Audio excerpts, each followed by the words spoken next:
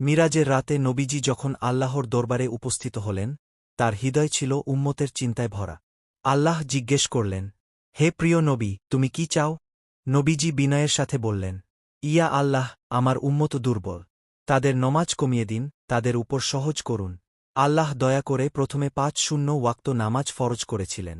নবীজি বারবার ফিরে গিয়ে উম্মতের জন্য রেহাই চাইতে লাগলেন। ইয়া রাব্ব, আমার উম্মত এত ভার নিতে পারবে না।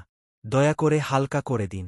শেষে আল্লাহ তার বিশেষ রহমতে ৫ থেকে ৫ ওয়াক্তে নামাজ কমিয়ে দিলেন, আর সোয়াব রয়ে গেল ৫ ওয়াক্তের সমান।